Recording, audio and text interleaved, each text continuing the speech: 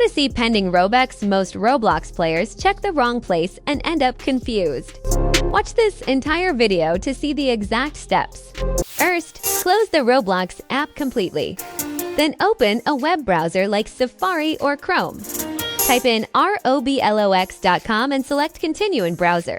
Important. Staying in the browser is the key here. Don't let it force you back into the app. Look at the top right corner of your screen and tap on the small Robux icon. That little symbol holds all your financial info. Tap it. From the drop-down menu that appears, select the My Transactions option. This is your money dashboard, everything you've earned or spent lives here. Now scroll down on the summary page. You will see a section clearly labeled Pending Robux with a number next to it. Here's the secret. This number shows the Robux currently being verified before it is added to your usable balance. It usually takes a few days, so don't panic if it's not instant. Check back every 24 hours to see when it clears. If this helped, hit subscribe and stay tuned for my next video on how to double your Robux earnings fast.